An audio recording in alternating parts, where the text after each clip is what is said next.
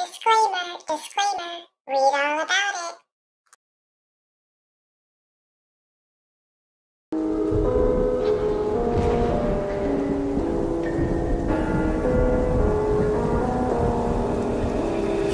Gone somewhere and dyed my hair now. Wanna be alone. It's much to bear and you don't care, and I won't play alone. I got you in my sight. I keep all of what you said to me. I get you on your knees. Rewrite all the things you said that I should be. I'll get you, now you beg me please. Hey.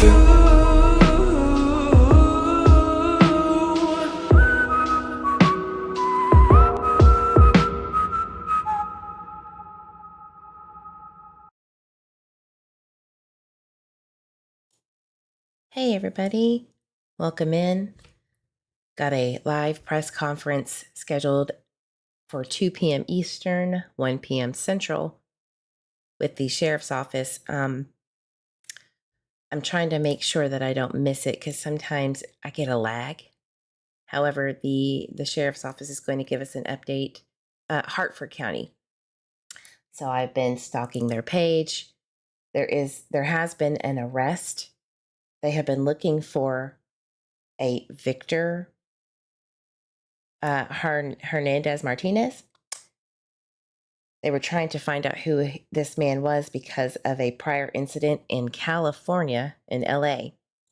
And so he's been obviously committing crimes against women for a bit.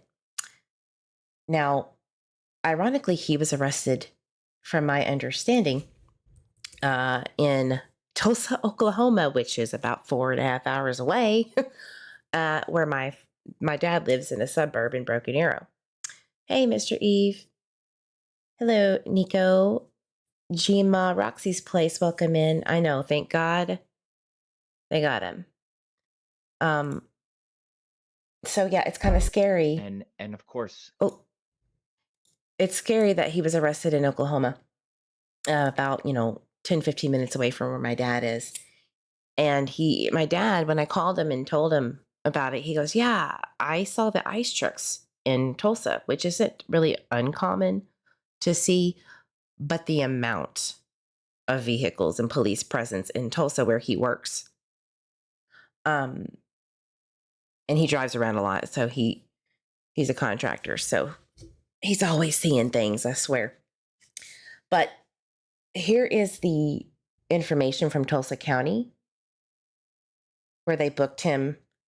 The arrest date is yesterday, 6/14 at 11:30 p.m. Book date 6/15 at 12:20 a.m. His offenses are fugitive from justice, obviously, from the murder of Rachel Morin, allegedly, right? In Maryland. And then a hold on ICE, 0 bond, which I'm assuming if ICE is holding you, you are an illegal immigrant, which I assumed that was why he was so untraceable, right? Now, if anybody is new to this case, Rachel Morin was out for a jog at a park with a trail, and I'm being very vague because it's been a minute since I've reviewed this case, but she was found murdered in a tunnel underneath a bridge where the trail is, and it was allegedly very brutal and very what's the word, direct. There was violence. It was definitely a spree type murder, but very targeted. This man had a motive. Let me check in my chat and make sure everyone can hear me first. Okay, it looks like I'm good. Yeah, thank God. He's going to be in a world of hurt. That's right. Mr. Eve did go on an adventure. He has these hobbies that he gets into, kind of like me. I call it the walkie-talkie convention, but he went to like handheld radio convention, I think it is, or just a meeting or something. while I got some housework done. And then the news broke, so I went live. But I'm working on his Father's Day present because he did get me that Cricut that I rarely use. So I'm trying to do mom girl shit. Trying to be, productive. However, the reason why I wanted to go live about Rachel, I did, produce the 911 dispatch. You know me, I'm the place to go for that from time to time. Sebastian Rogers case, I did a lot of the dispatch there. I think I went live on AB's channel with Rachel Morin's dispatch, which is ironic. But nonetheless, another one was Quentin Simon. So let's look into that. Let's read or listen to that really quickly while we wait for Hartford County Sheriff, which is in Bel Air, Maryland, to go live. How do you know when they go live? I guess you just get a notification if I'm following them, so don't see anything yet.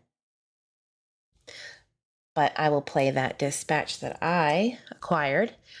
And you have to understand, listening to dispatch audio, there's multiple calls going on while the incident's being reported on. Okay, so it's very difficult. I went through days upon days of listening to other incidences being reported on while chopping and editing and making sure I didn't miss anything with what's relevant to the case in hand, which was Rachel's. It takes a long time. It's very time consuming, and it takes away from other things. So I think people do not realize how much effort it takes, right?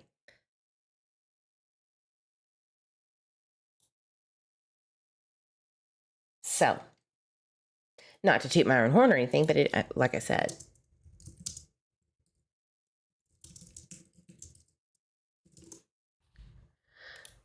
you're jealous? You can come use it, or maybe I can bring it with me when I come see you, since I had to reschedule.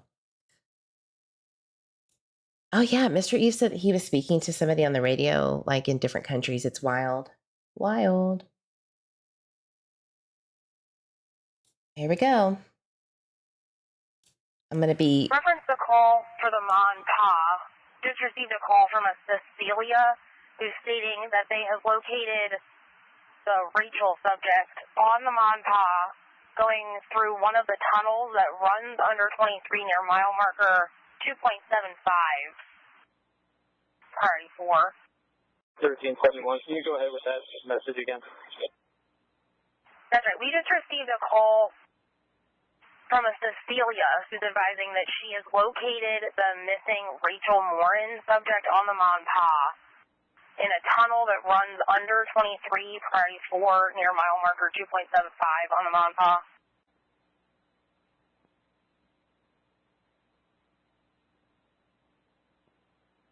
And 4. Caller is standing by at that location. 1350 dispatch on the route to Monpa Trail. That's far. Reference to Monpa, callers advising that the victim appears to have sustained a head injury. They have been instructed not to touch anything. She's inside the tunnel as soon as you walk in. One dispatch, where's that at? 7101, they're advising near mile marker 2.75 on the Monpa in one of the tunnels that goes under 23. You said under 23? That's what I have the information showing in the call. All right, me around. Is anyone out with the Cecilia caller who found the body? 103 dispatch. We were just out with her. She directed us to the tunnel where to go. We're searching the area now. Okay, that's fine.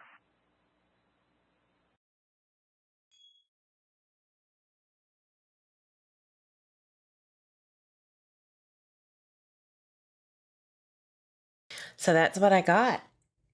That was the dispatch. And then, there is more, but they definitely scrambled the scanner once, police presence arrived and all of that stuff. So, which typically happens, or either they will do the scrambling or they'll go into a different channel on the radio, whether it be a whole entirely different.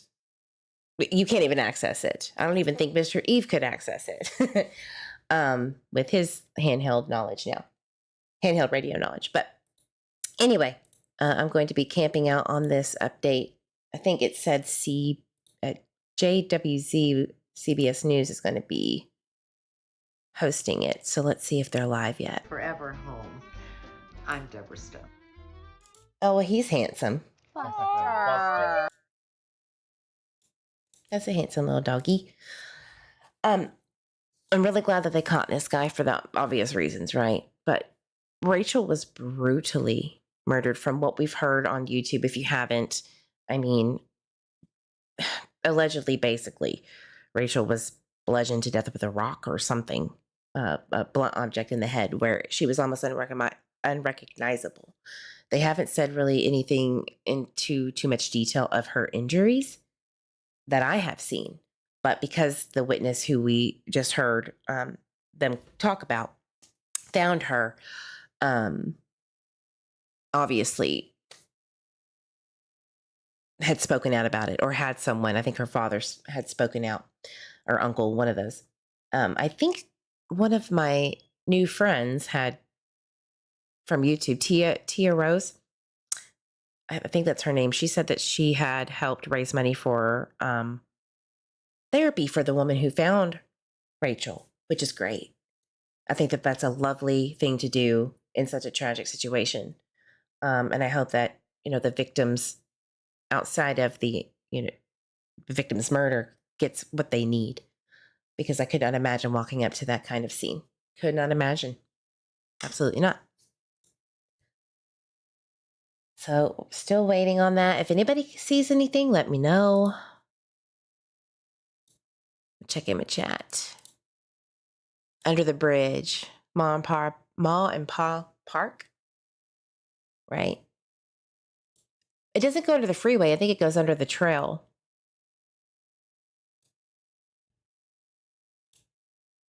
From my understanding. Like under the trail, one of the trail roads.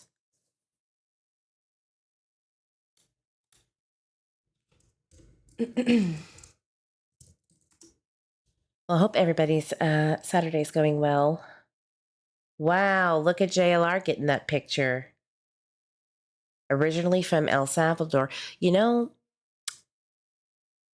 believe there was a murder in Texas last year from a illegal immigrant who was from El Salvador as well. There's a lot of crime there. A lot of bad shit that goes down there, whether it be drug cartels, all the things, right? Murders, trafficking, all of it. He is skinny compared to that photo that we have seen and that video that we have seen. Hey, One Life to Live, love. So have they updated his photo? Nope, not yet. I keep checking.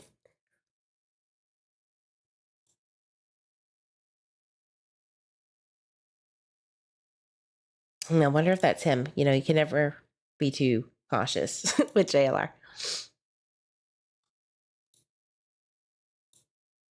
All right. I'm going to refresh. Said it was going to be streaming on their Facebook page, which I've been stalking. Let me go back to it.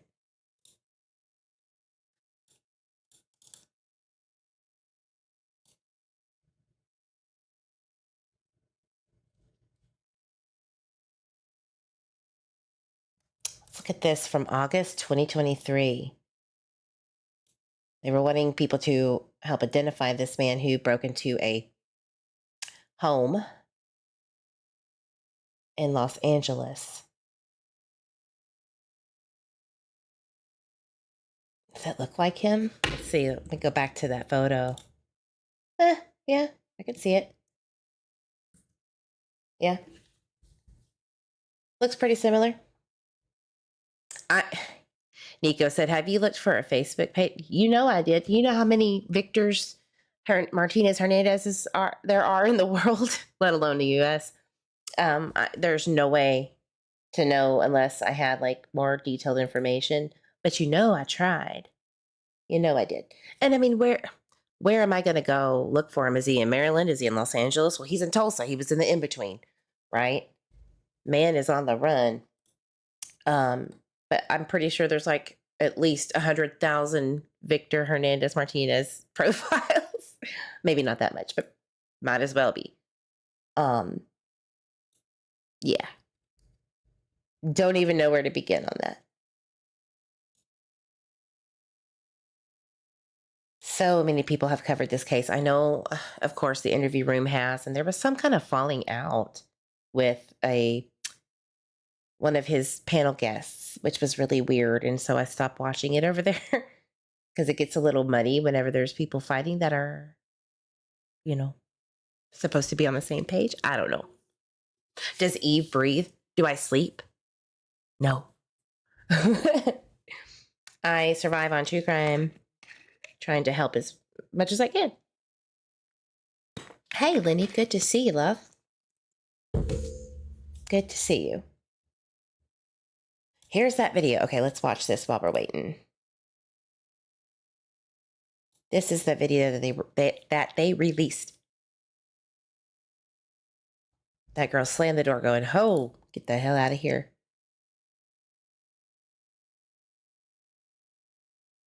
And everybody was up in arms because it looked like he was just casually walking out like no big deal.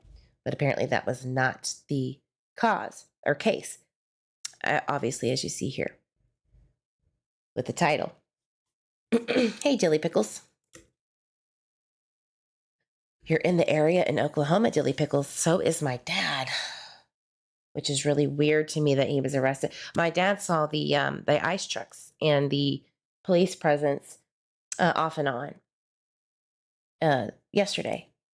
Oh, Jennifer Coffin, whatever, just posted the picture. So I guess that is him. Wow. Looks like the current photo. He looks tiny. He can't be more than 5'8", right? Let's see what his booking details say. No way. 5'8", look. I'm good at guessing heights now, I guess. Didn't think that was a thing on my bingo card. 160 pounds, 5'8". Why does it say his race is white? Maybe that's just a oopsie daisy because he's definitely not. He's Hispanic. He's allegedly from El Salvador, right? Whatever, Tulsa. Yeah, he did look bulkier in that other picture of the video. I don't get that. Maybe being on the run is very stressful. Can't stop to eat when you're hauling ass to different places to hide, right? Because you wanted. All right, I'm going to check and see where is the presser? What's going on?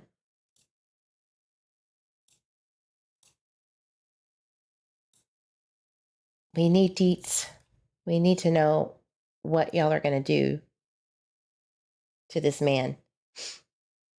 Does Tulsa have the death penalty? I have no idea. Probably.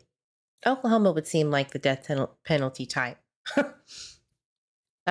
We in the South, we want the utmost justice, right? Oklahoma has the death penalty. Well, good. Peaceful Harford County community was robbed. Okay, I'm going to shut up now. The body of Rachel Morin was discovered in an area just about a mile from here, just off the Monpa hiking trail here just outside the town of Bel Air. In addition to the impact to our local Harford County community, Rachel's murder gained national and even international attention. The young mother of 5, whose life was violently taken in a public location, is one of the safest places in the state. It's not supposed to happen, and it shouldn't have happened. In the days and months since Rachel was murdered, Rachel's family and friends, our Harford County community, and the men and women of the Harford County Sheriff's Office, along with all of our allied partners, have worked tirelessly to bring the individual responsible for her death to justice. Our deputies and our partners have worked this case with persistence and passion for Rachel and for her family every day over the past 10 months. Just over 3 weeks ago, on May 20th, on what should have been Rachel's 38th birthday, and in a poetic coincidence, or perhaps in Rachel's own divine assistance, our investigators uncovered a lead that led us to this day. And on this day, I'm here to tell you, Rachel's murderer is no longer a free man. Hopefully, he will never have the opportunity to walk free again. The lead we received was related to DNA evidence and allowed investigators to finally put a name to the image of the suspect in the video from Los Angeles, which we released 2 weeks after Rachel's death. After we had the video, we knew what he looked like. We knew what he looked like, but we didn't know who he was. With the new DNA evidence, now we know who he is, but we still didn't know where he was. As I have stated many times, this killer could have been laying his head in any community in the country or even in the world, and indeed, that was completely accurate. Over the past 2 weeks, investigators continued their diligent investigation and tracked our suspect all the way from Prince George's County to Tulsa, Oklahoma. Our investigators also obtained an arrest warrant yesterday afternoon, and as the arrest warrant was being issued, we met with Rachel's family, many of whom are with us today, to update them on the case and asked of them an almost impossible request, and that was to keep the information about the identity and the arrest warrant to themselves and protected, to allow investigators the opportunity to try to apprehend this suspect before it was made public in the news, so that our suspect did not have the opportunity to learn that he was wanted and to once again flee. 5 Smart. hours after meeting with the family, and just before midnight our time, police in Tulsa, Oklahoma, assisted by our federal partners, located and arrested Rachel's murderer, Victor Antonio Martinez Hernandez. So far, we have learned that the suspect, now pictured on the screens, is a 23-year-old citizen of El Salvador who illegally crossed the border into the United States in February of 2023. We all suspected that perhaps Rachel was not his first victim, and it's my understanding that this suspect, this monster, fled to the United States illegally after committing the brutal murder of a young woman in El Salvador a month early in January of 2023. Once in our country, and likely emboldened by his anonymity, he brutally attacked a 9-year-old girl and her mother during a home invasion in March of 2023 in Los Angeles. And as everyone I believe is aware, that was our first DNA match linking Rachel's case to the Los Angeles case. It has been a fear of mine that once we identified this suspect, the result would be exactly this. And I want to now direct these comments to 1600 Pennsylvania Avenue and to every member in both chambers of Congress. We are 1,800 miles away here in Harford County. We are 1,800 miles away from the southern border, and the American citizens are not safe because of failed immigration policies. This is the second time in just 2 years that an innocent Harford County woman has lost her life to a criminal in our country illegally. Let me repeat that.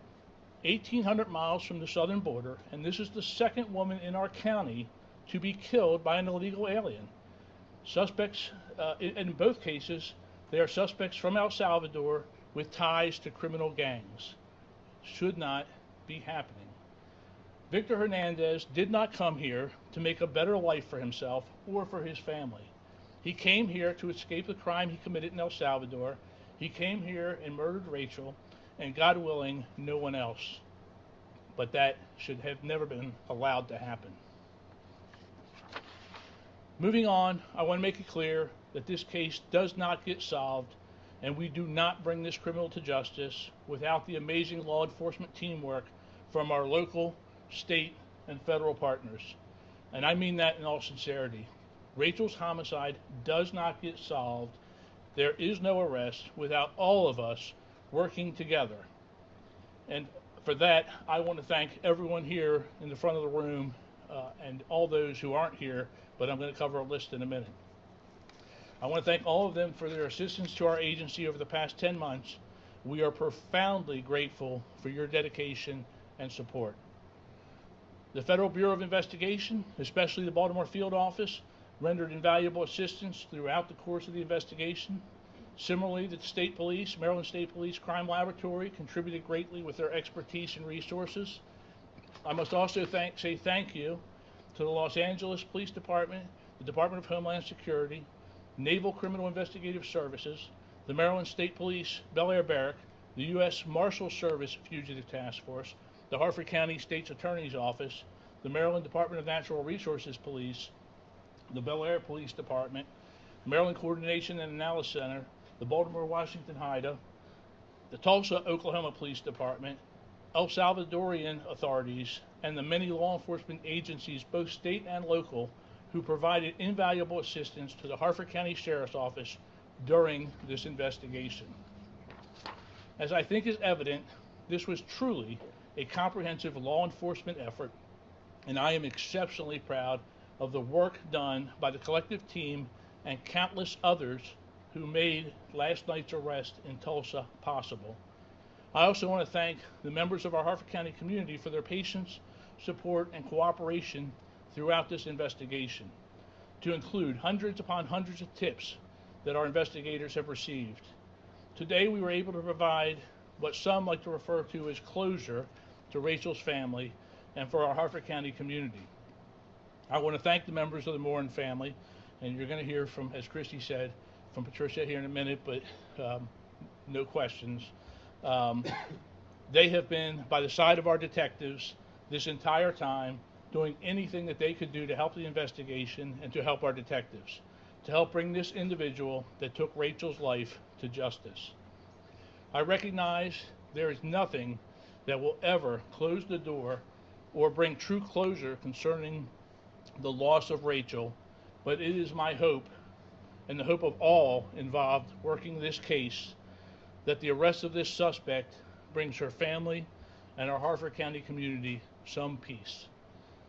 I would like to now ask FBI Baltimore Field Office Special Agent in Charge, William Debano, did I get it right? Debano, to offer a few remarks. Yes,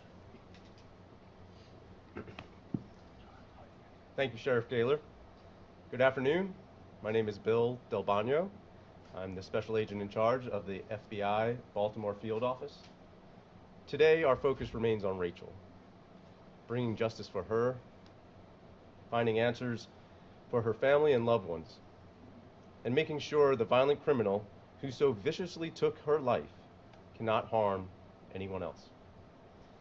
The FBI is proud to stand united with our partners in the Harford County Sheriff's Office as we announce this arrest. We know nothing can take away the pain and the anguish Rachel's family and friends have endured. Please know, on behalf of the FBI, our hearts are with you.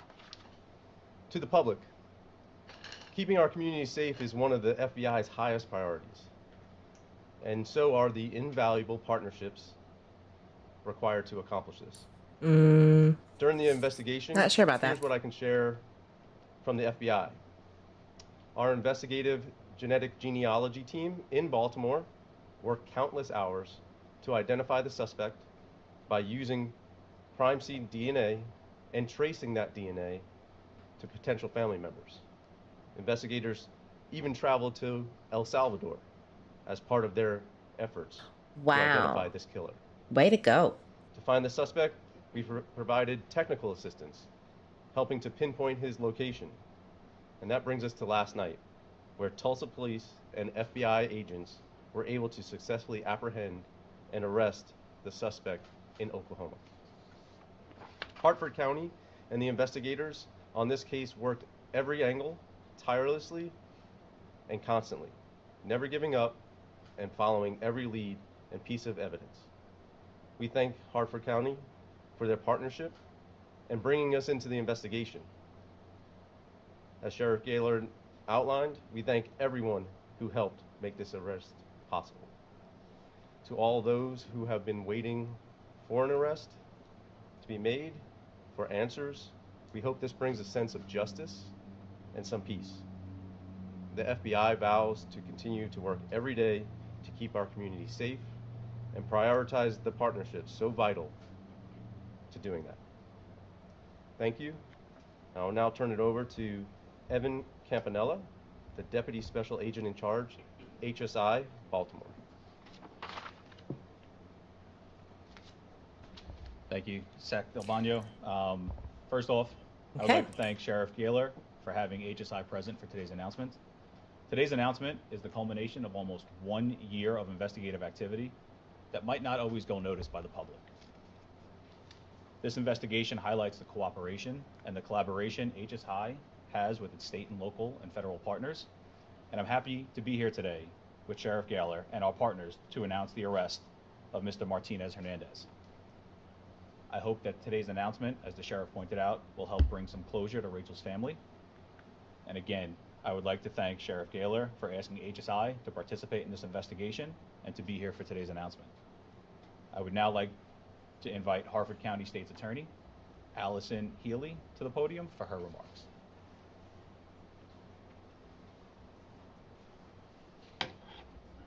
That's true. Good afternoon. He's not over I want until to he's commend prosecuted. the Hartford County Sheriff's Office and other assisting agencies on the hard work, expertise, and diligence identifying and apprehending the suspect in the murder of Rachel Morin. They worked tirelessly on this lengthy and difficult investigation for the public safety of our community and bringing Rachel's family peace, knowing that the next step is prosecution. I will personally be leading the prosecution of this case.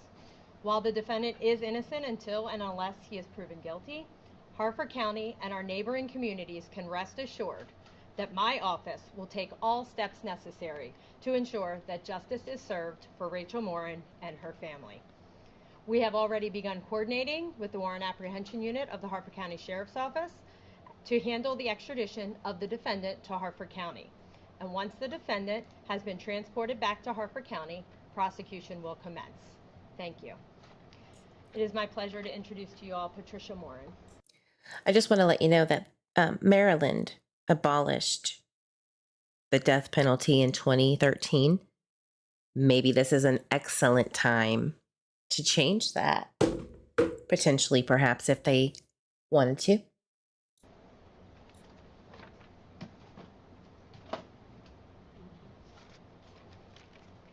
I'm going to make this really short because I'm very emotional. I just Bless want her. to take this time to thank all of the law enforcement for all their hard work. I know that a lot of times we don't see what goes on behind the scenes. You know, you see the policeman in the car when he writes you a ticket, but you don't see the real work that happens behind. And around Christmas time, we did a canvassing with Hartford County, thank you. And they brought us into a room, and I could see all the people that were involved. And that's not even all the external agencies that were involved. And it just gave me such hope that they really did care about our family and my daughter, that they were going to work diligently to find the person that murdered her. At one point, when things seemed like really bleak and hopeless, the lead detective said to me, he said, patience will win in the end. And that's what they've been doing. They've been diligently working very hard, and they've been patiently working through all the leads. And it's because of that that we have an arrest today. So I'm very thankful and just very grateful to these men.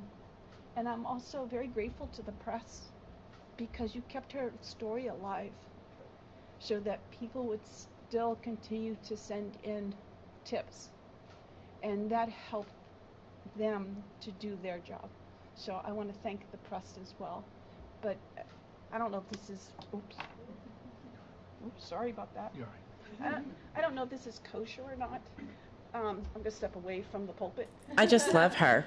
But I think we should applaud them, just because I am so grateful that they have brought us to this place. Because at some of the points during this, I didn't think that we were ever going to have an end, that it was going to be a cold case. So I would like to applaud them.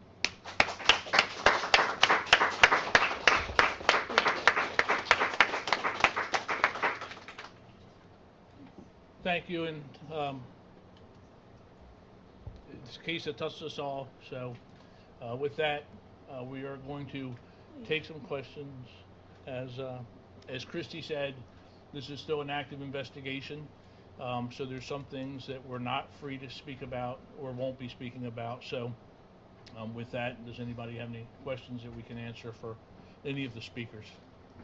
I have a question. I want to know if you can, and I know Attorney kind of went into it a little bit, but what actually happens with him right now? I feel like we read an ICE hold. I don't know if you're familiar with that term or if you can kind of educate me on it. I'm very familiar with ICE detainers. Yeah, sorry, I'm not sure. Yes, If you can kind of we are a. what's the status with that? There has been an ICE detainer filed on him because he is in this country illegally out in Tulsa, Oklahoma. He would not be deported before answering for these charges. Oh, good. So I honestly believe that. Can't get away this time. Can't go back home. Where are you going to go anyway? I'm sure you were wanted for murder, potentially in El Salvador, where you were from. So it wouldn't matter anyway. You're facing prosecution one way or the other, sir. And we do it to the fullest extent. That's the last place he wants to go. I think, a sad statement is our jails are better here than they are in El Salvador, and he's going to spend, God willing, the rest of his days behind bars. How was he able to get around from El Salvador to LA to here to PG County apparently? Great question. I want to know that. Investigators are still working. I mean, he worked a few odd jobs that we are familiar with. Did not live a very, expensive lifestyle. But this is a free country. You can, once you're in it, you can move from one jurisdiction to the next, very freely. And he did that from El Salvador into the United States to Los Angeles, unfortunately here to Harford County, and again down in Prince George's County. We had him in the Virginia area, and then all the way out to Tulsa, Oklahoma. And in the year he's been in the country, a little year plus, who knows where else he's been. And it's a fear of mine, it's a fear of our investigators, and as Patty said, our investigators took this case to heart, as they do all the cases, but this case they took to heart and they worked so hard and have an emotional tie to it that I got off on a tangent, that they, I lost my train of thought. Does he have connections to any of these areas, family? Investigators are working that. We certainly know he has connections down in the D.C. area. He must be exhausted. Virginia and Prince George's County. But again, as he moved around the country, there were places that we believe he probably had associates, and he has ties to known gangs. So we believe that's how he lived his life. You mentioned a few, but how many total crimes or victims are police aware that this man committed? That's where I was going before. We fear all the time, the investigators fear that we're going to stumble across another crime that just hasn't been tied back through DNA or some other science or electronic, tie, that the evidence just hasn't reached the point where we get a hit. But right now, what we're familiar with.